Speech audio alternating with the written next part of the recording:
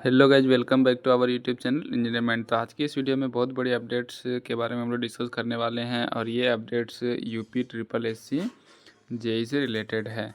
तो UP triple SC JEE का जो फॉर्म है उसमें बीटेक एलिजिबल नहीं है। बीटेक आपका एलिजिबल नहीं किया गया। जो लोग भी बोल रहे हैं कि बीटेक भी अप्लाई कर दो तो वो बिल्कुल गलत बोल रहे हैं। और अगर आप अप्लाई करेंगे तो आपके ऊपर एक्शन लिया जाएगा। क्या एक्शन लिया जाएगा डिटेल्स में हम लोग डिस्कस करेंगे, क्योंकि गवर्नमेंट ने नोटिफिकेशन दिया है और न्यूज़पेपर में दिया है कि अगर आपके पास जो डिजायरेबल क्वालिफ़िकेशन है और कंपलसरी जो एजुकेशनल क्राइटेरिया रखा गया है तो वो सब कुछ नहीं है। हमारा जो एडवर्टाइजमेंट है उसमें जो एजुकेशनल क्वालिफ़िकेशन रखा गया है तो वो होना चाहिए। तो जेई के लिए जो एजुकेशनल क्वालिफ़िकेशन रखा गया है वो क्या है? डिप्लोमा। तो डिप्लोमा अगर आप किए हैं तभी इस फॉर्म को अप्लाई कर सकते हैं।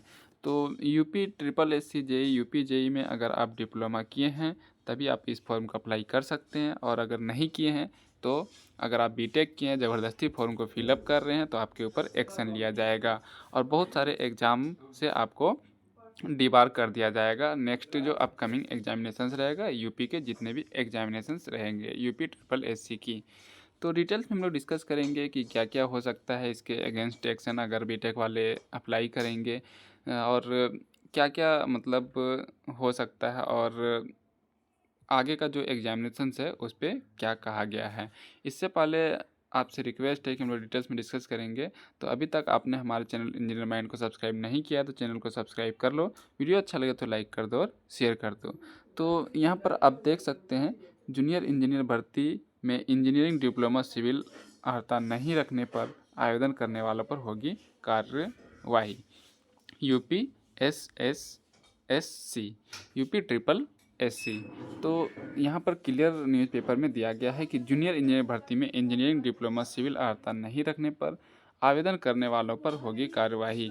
तो आपको मैं बता देता हूँ कि ये एक तरीके से तानाशाही है, क्योंकि अगर आपको नहीं लेना है तो आप डायरेक्ट रिजेक्ट कर दो, कार्रवाई करने की क्या ज़रूरत है? क्योंकि बच्चे चाहते हैं कि हमारा सिलेक्शन होगा, तो ये बिल्कुल भी ऐसा नहीं होना चाहिए कि अगर कोई फॉर्म फिलअप कर दिया। ऐसे तो बहुत सारे लोग होते हैं जो कि एपियरिंग में ही फॉर्म को फिलअप कर देते हैं, तो उसमें क्या आप एक्शन ले लेंगे? वो नेक्स्ट एग्ज़ाम से आप उसको डिबार कर देंगे, निष्कासित कर देंगे? ऐसा नहीं होना चाहिए।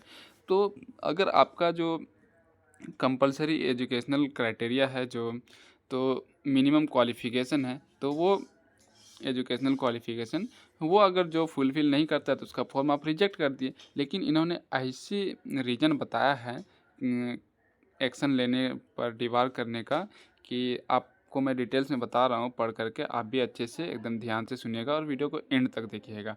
क्योंकि अगर आपने अप्लाई कर दिया है तो अभी आपके पास मौका है, आप अपने फॉर्म को वापस कर लो और आप अपने फॉर्म को कैंसिल कर लो। आपको अगर आप पेमेंट कर दिए हैं तो आपका जो पेमेंट फ़ीस है वो भी आपको वापस कर दिया जाएगा, क्योंकि ये न्यूज़पेपर में दिया गया है। तो आपका नेक्स्ट अपकमिंग एग्जामिनेशंस है तो उसमें अगर आपको डिबार कर दिया गया तो आपके लिए आपका कैरियर थोड़ा ख़राब हो सकता है, क्योंकि आप कोई एग्ज़ाम ही नहीं दे पाएंगे तो आपके लिए तो हार्मफुल होगा ही।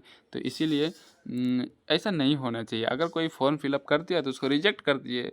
रूल रेगुलेशन तो यही कहता है कि अगर आप क्राइटेरिया को फुलफ़िल नहीं करते हैं, अगर आप एग्ज़ाम पास भी कर जाते हैं तो आप उस टाइम डॉक्यूमेंट वेरिफिकेशन में अगर नहीं दे पाते हैं जो भी सर्टिफिकेट है, डॉक्यूमेंट्स है, तो आपका जो कैंडिडेचर है वो आपका रिजेक्ट कर दिया जाएगा। लेकिन यहाँ पर तो पहले ही एकदम न्यूज़पेपर में दिया गया है कि अगर आप जो मिनिमम क्वालिफ़िकेशन है वो एजुकेशनल क्वालिफ़िकेशन वो अगर आप फुलफ़िल नहीं करते हैं तो आपके ऊपर कार्यवाही की जाएगी।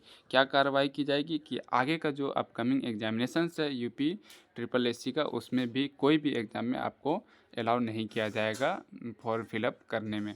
तो चलिए डिटेल्स में अब हम आपको बता देते हैं, वीडियो को एंड तक देखना। और अभी तक आपने चैनल को सब्सक्राइब नहीं किया तो चैनल को सब्सक्राइब कर लो। लखनऊ उत्तर प्रदेश अधीनस्थ सेवा चयन आयोग द्वारा जूनियर इंजीनियर सिविल के 4016 पदों पर आवेदन 7 मई से मांगा गया है, जिसमें अधिमानी अर्हता 3 वर्षीय इंजीनियरिंग डिप्लोमा सिविल है, लेकिन अधिमानी अर्हता नहीं होने पर भी कुछ डिग्रीधारी अभ्यर्थियों द्वारा विज्ञापन संख्या 4/2018 जूनियर इंजीनियर भर्ती में शामिल होने पर आयोग को इन्हें अलग करने में कठिनाइयों का सामना करना पड़ा, जिसका अंतिम परिणाम जारी होना है। तो सबसे पहले तो जो आउट करने का इसका लॉजिक तरीका है वो पीईटी, जो पीईटी एग्ज़ाम नहीं दिए वो इस फॉर्म को फिलअप नहीं कर सकते, अगर आप डिप्लोमा किए हैं तब भी। दूसरा क्राइटेरिया ये है कि आप बीटेक क्वालिफाई नहीं हैं तो आप इस फॉर्म को अप्लाई नहीं कर सकते हैं। सॉरी, बीटेक किए हैं तो आप इस फॉर्म को अप्लाई नहीं कर सकते हैं। डिप्लोमा किए हैं तभी अप्लाई कर सकते हैं। तो मिनिमम जो क्वालिफ़िकेशन है वो डिप्लोमा रखा गया, और उसके अलावा आज आप कुछ भी किए हैं तो आप इस फॉर्म को अप्लाई नहीं कर सकते। बहुत से लोग बोल रहे थे अरे भर दो, बीटेक ही है तो क्या होगा, हम देख लेंगे, हम लोग कोर्ट से ले लेंगे। लेकिन यहाँ पर पहले ही बोला गया है, एकदम इसको तानाशाही बोलेंगे कि ऐसा नहीं होना चाहिए। अगर कोई फॉर्म फिलअप कर देता है तो क्या आप उसके अगेंस्ट एक्शन लेंगे? इनफैक्ट जितने भी स्टेट में एग्ज़ाम होता है उसमें ये भी लिखा रहता है कि अगर आप डॉक्यूमेंट्स अपना प्रूफ नहीं दे पाएंगे, डॉक्यूमेंट्री प्रूफ जो आपने फॉर्म में फिलअप किया है, आपका जो एजुकेशनल क्वालिफ़िकेशन है, तो आपका कैंडिडेचर कैंसिल कर दिया जाएगा, आपको रिजेक्ट कर दिया जाएगा आपका सिलेक्शन होने के बाद भी, जिस टाइम डॉक्यूमेंट वेरिफिकेशन होगा।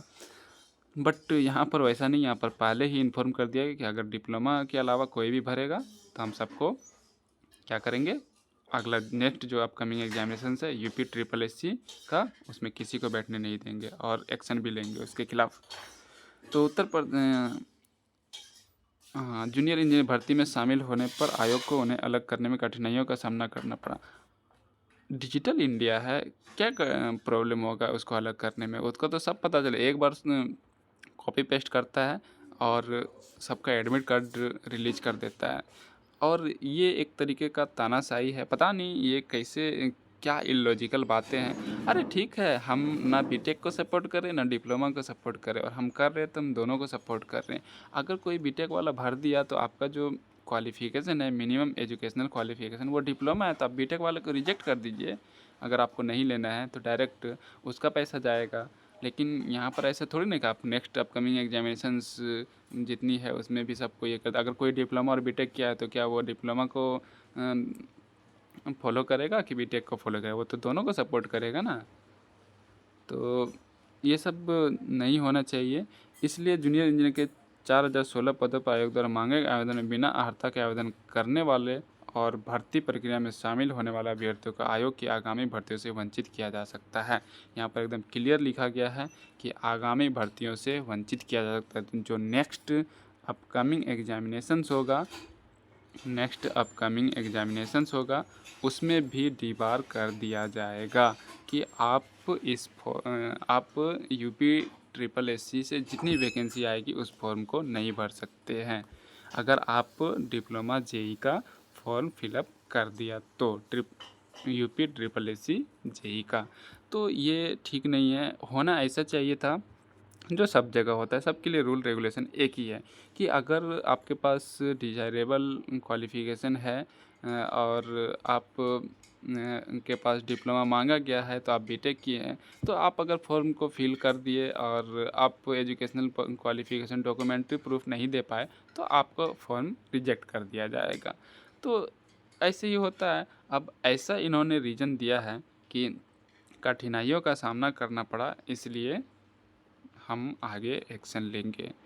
तो इसके अगेंस्ट हम लोगों को बोलना चाहिए और लेटर लिखना चाहिए। अगर आप लोग इस वीडियो को देख रहे हैं तो आप लोग कुछ करिए। और जो लोग भी बोल रहे बीटेक एलिजिबल है, बीटेक बिल्कुल भी एलिजिबल नहीं, और ज़बरदस्ती फॉर्म भरने से ज़्यादा बेटर है आप नेक्स्ट जो वैकेंसीज है उसका प्रिपरेशन कर रहे हैं।